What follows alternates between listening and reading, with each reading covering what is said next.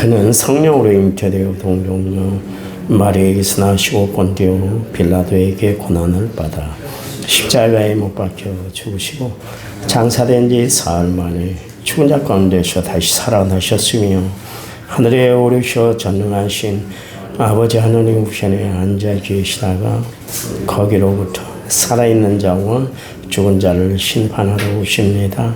나는 성령을 믿으며 거룩한 공교회와 성도의 교제와 죄를 용서받는 것과 몸의 부활과 영생을 믿습니다.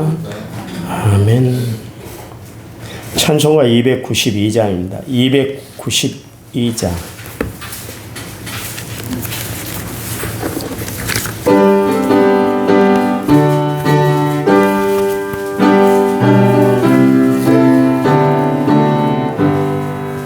주 없이 살 수 없네 죄인의 구주여 그 귀한 보배 피로 날 구하소서 구주의 사랑으로 흘리신 보혈이 내 소망 나의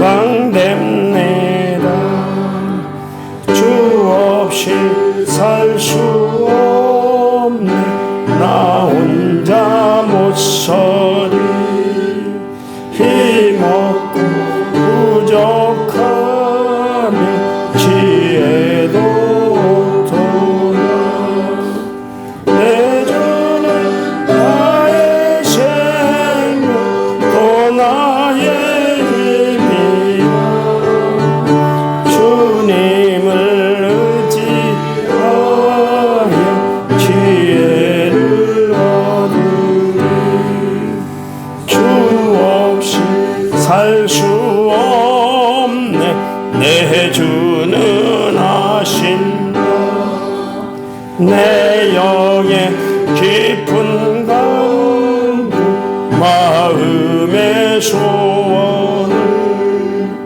주밖에 나의 마음 네 알아주리요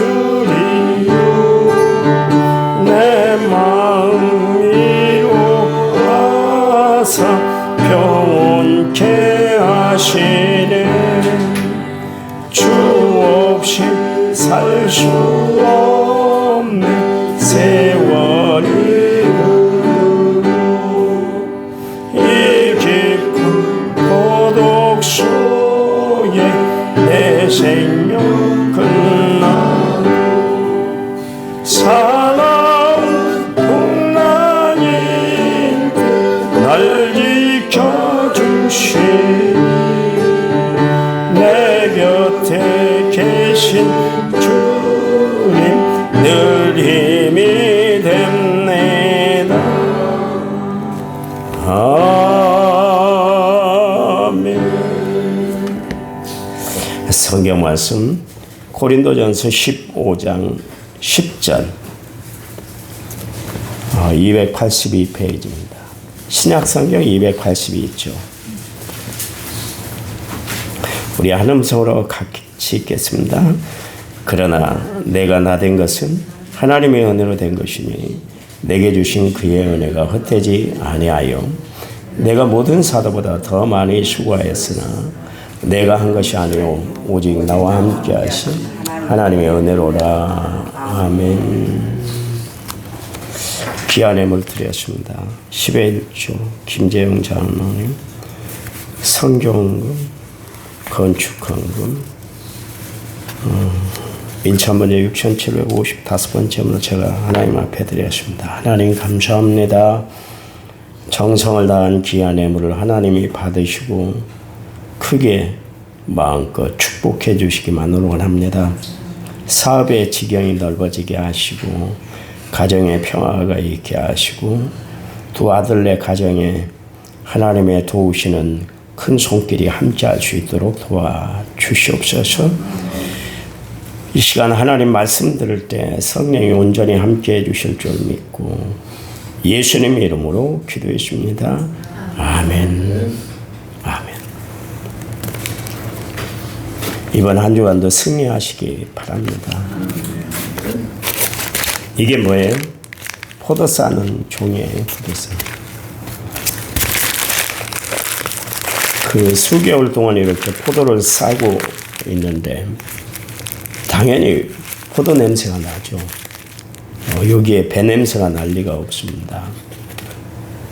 내 삶에 하나님의 말씀으로 이렇게 쌓이면 그리스도의 향기, 믿음의 향기가 배게 되는 것입니다. 우리는 각자의 성격을 가지고 살아가죠. 다들 한 성격을 합니다. 터지지 않아서 그렇지 만약 내관이 터지듯이 툭 터지면 걷잡을 수가 없게 되는 것이죠. 그렇게 온유하게 보이던 사람도 일단 뚜껑이 열리면 그 사람 안에 이런 것도 있어서 깜짝 놀라게 되는 것을 우리가 종종 경험하게 되잖아요. 그런데 각자의 성격으로 살아가다 보면 하나 되기가 힘들어요. 하나 되기. 그렇잖아요. 그래서 부딪힌 일이 많아지고 그것 때문에 싸움이 벌어지고 그렇지 않습니까? 사실 내 생각은 음란, 투쟁, 시기, 질투, 편벽, 탐심으로 가득 차 있기 때문에 그렇습니다. 이 성격의 방향을 우리가 바로 잡으려면 내가 신의 성품에 참여하는 자가 돼야 되는 거예요. 그것은 무슨 이야기냐면 우리가 하나님의 마음을 품고 살아야 된다. 그런 이야기입니다. 이건 타고난 것이 아니라 끊임없이 만들어져 가야 되는 거예요. 그러니까 내 성격이 그리스도의 성품으로 쌓여져야만 이렇게 나에게서 그리스도의 향기가 나타나게 되는 거예요. 말씀과 기도로 예배로 칭죄로 쌓여 있으면 마침내 나에게서 그리스도의 성품이 나타나게 되는 것입니다. 바울이 그 평생 살아가면서 그리스도의 그 향기를 그가 정말 퍼지고 살았던 것은 향기를 바라고 살았던 것은 그가 그리스도의 성품에 참여한 자가 됐기 때문에 그렇습니다. 그의 모든 것이 그리스도의 성품으로 이렇게 쌓여 있었기 때문에 그래요. 여러분 신앙이 좋다는 건 다른 거 아닙니다. 그리스도를 닮아가는 것이 신앙이 좋은 것이에요. 저와 여러분의 삶을 통해서 그리스도의 인격, 그리스도의 성품이 나타난 삶을 살아가는 성도들이 되시기 바랍니다. 바울은 매사가 하나님의 은혜임을 고백하고 있는 것을 알 수가 있어요. 에베소서 2장 8절 말씀에 보면 너희는 그 은혜를 인하여 믿음으로 말미암아 구원을 얻었나니 이것이 너에게 난 것이 아니라 하나님의 선물이다. 그랬습니다. 갈라디아서 1장 15절 16절 말씀에는 그러나 내 어머니의 태로부터 나를 택정하시고 그의 은혜로 나를 부르시니가 그의 아들을 이방에 전하기 위하여 그를 내 속에 나타내시기를 기뻐하셨을 때 그렇게 이야기를 하고 있습니다. 그러니까 바울이 이방인을 위해서 하나님 은혜 가운데 사명을 감당할 수 있었던 것은 뭐냐면 하나님의 은혜다. 그런 이야기입니다. 그래요. 우리가 이토록 하나님 앞에 서 있는 것 하나님의 은혜인 줄 믿으시기 바랍니다. 디모데전서 1장 12절 14절에서 나를 능하게 하신 그리스도 예수 우리 주께 감사함은 나를 충성되이 여겨 내게 직분을 맡기셨습니다. 우리 주의 은혜가 그리스도 예수 안에 있는 믿음과 사랑과 함께 넘치도록 풍성하였도다. 그렇게 이야기를 하고 있습니다. 바울은 하나님이 자신을 들어서 쓰시는 그 은혜에 대해서 넘치는 은혜다. 넘치도록 풍성한 은혜다. 그렇게 말씀을 전하고 있습니다. 주체할 수 없을 정도로 하나님의 은혜가 넘쳐난다. 그런 이야기입니다. 예배소 3장 7절에서 8절 말씀에 보면 이 복음을 위하여 그의 능력이 역사하시는 대로 내게 주신 하나님의 은혜의 선물을 따라 내가 일꾼이 되었노라. 모든 성도 중에 지극히 작은 자보다 더 작은 나에게 이 은혜를 주신 것은 측량할 수 없는 그리스도의 풍성함을 이방인에게 전하게 하시고 그러십니다. 그러니까 마른 막대기에 불과한 자신을 하나님 들어서 사용하시는데 이방인의 복음을 전하는 도구로 하나님이 사용하신다는 것이 너무 은혜였다. 아무도 나서지 않는 그 일에, 아무도 개척되지 않은 그 일에 하나님이 자신을 파이오니어, 개척자로 이렇게 세웠다는 것이 너무 은혜롭고 감사하다. 그런 이야기죠. 바울은 실제로 자기 건강 문제를 놓고 하나님 앞에 3번씩 기도했잖아요. 그런데도 그 기도가 응답되지 않은 것마저도 바울은 하나님 앞에 감사했고 그것을 은혜로 받았던 것을 알 수가 있습니다. 바울은 항상 기뻐하라, 쉬지 말고 기도하라, 범사에 감사하라 그랬는데 그는 항상 하나님의 은혜요, 쉬지 않고 베풀어 주신 하나님의 은혜, 그리고 범사의 모든 것이 은혜임을 고백드리고 살았던 것을 알 수가 있습니다. 고린도후서 12장 7절에서 9절 말씀에 보면 여러 계시를 받은 것이 지극히 크므로 너무 자만하지 않게 하시려고 내 육체가 곧 사탄의 사자를 주셨으니 이는 나를 쳐서 너무 자만하지 않게 하려 하심이라. 이것이 내게서 떠나가게 하기 위하여 내가 3번 주께 간구하였더니 나에게 이르기를 내 은혜가 내게 족하도다. 이는 내 능력이 약한 데서 온전하여짐이라 하신지라. 그러므로 도리어 크게 기뻐함으로 나의 여러 약한 것들에 대하여 자랑하니 이는 그리스도의 능력이 내게 머물게 하려 함이다. 그러십니다. 그리고 나서 고린도후서 12장 10절 말씀에 그러므로 내가 그리스도를 위하여 약한 것들과 능욕과 궁핍과 박해와 공고를 기뻐하노니 이는 내가 약한 그때에 강함이다. 그랬습니다. 바울은 자신이 이렇게 병치레를 하고 기도 응답이 베풀어지지 않았는데도 불구하고 그 모든 것이 다 하나님의 은혜예요. 그렇게 간증을 하고 있는 것을 알 수가 있습니다. 그러니 바울은 은혜를 제대로 체험하고 살아는 사람이에요.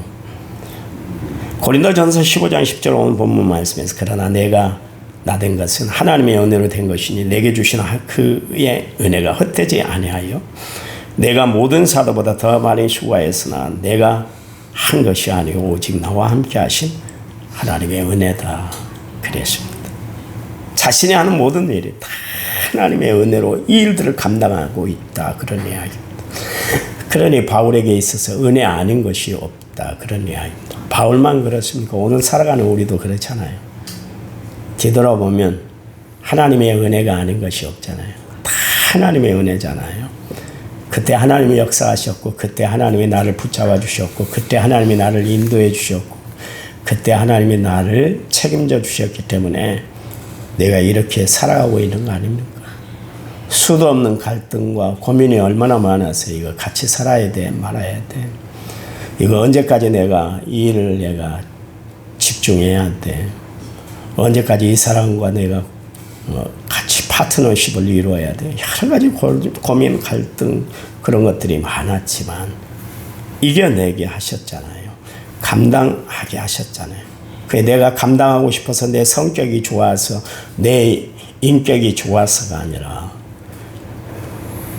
그리스도의 성품에 참여한 나를 그리스도의 인격, 그리스도의 성품으로 만들어 주셨기 때문에 내가 이겨내고 감당한 줄 믿으시기 바랍니다. 그러니 우리가 살아가는 모든 것이 하나님의 은혜예요. 은혜 아닌 것이 없습니다. 빌립보서 2장 17절 18절에 만일 너희 믿음의 재물과 섬김 위에 내가 나를 전제로 드릴지라도 나는 기뻐하고 너희 무리와 함께 기뻐하리니 이같이 너희도 기뻐하고 나와 함께 기뻐하라. 그랬습니다. 바울은 복음을 전하는 것 때문에 매진을 맞고 감옥에 갇히고 모든 위험에 자신이 노출되어 있을 때도 심지어 자신의 일생 모든 것을 주님 앞에 기꺼이 다 드릴 수 있을 때도 그는 기뻐하고 감사했는데 이유가 뭐예요? 자기 안에 있는 하나님의 넘치는 은혜가 가득했기 때문에 그래요.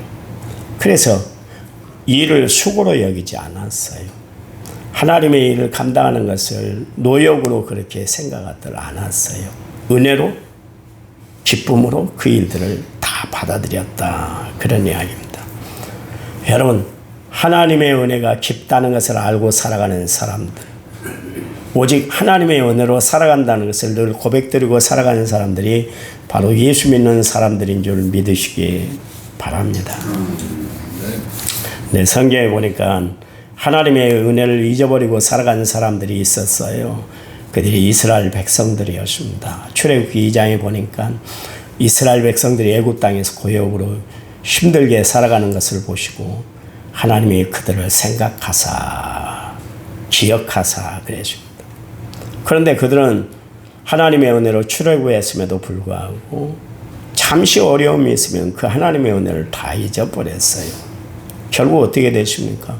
은혜를 잊어버린 그들은 가나안 땅을 들어가질 못했어요. 여러분, 하나님의 은혜를 잊어버리고 살아가면 하나님의 축복도 잃어버리게 된다는 사실을 아시기 바랍니다. 우리는 날마다 하나님이 베풀어 주신 은혜를 잊지 않고 살아야 되는 거예요. 그래야 하나님이 우리를 통해서 영광 받을 일들을 나타내 주시기 때문에 그렇습니다. 은혜란 건 뭡니까? 값없이 베풀어 주시는 하나님의 선물, 은혜다 그렇게 이야기합니다. 사람들이 선물을 받으면 얼마나 기뻐요. 그렇잖아요. 기분이 좋습니다.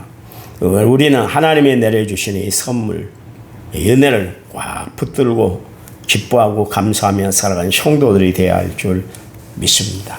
사실 우리가 살아가는데 은혜 아닌 것이 어디 있던가요? 모든 것이 다 하나님의 은혜예요. 그래서 바울은 이 은혜가 너무나 깊다는 것을 알았기 때문에 사나 죽으나 다 주의 것입니다. 하나님의 은혜로 살고요. 하나님의 은혜로 죽을 수 있어요. 그렇게 고백했던 것을 알 수가 있습니다. 여러분, 하나님이 베풀어 주신 은혜를 잊어버리지 말고 살아가시기 바랍니다. 하나님이 지금도 나를 생명싸개로 붙들어주고 계시는 것을 아시기 바랍니다. 하나님 감사합니다. 주님 의지하고 바라보고 하나님 생각하며 날마다 살아갑니다. 주님 베풀어 주시는 놀라운 은혜를 날마다 기억하고 살아가는 저희를 되도록 축복해 주시옵소서. 예수님 이름으로 기도했습니다. 아멘. 합심해서 기도합니다.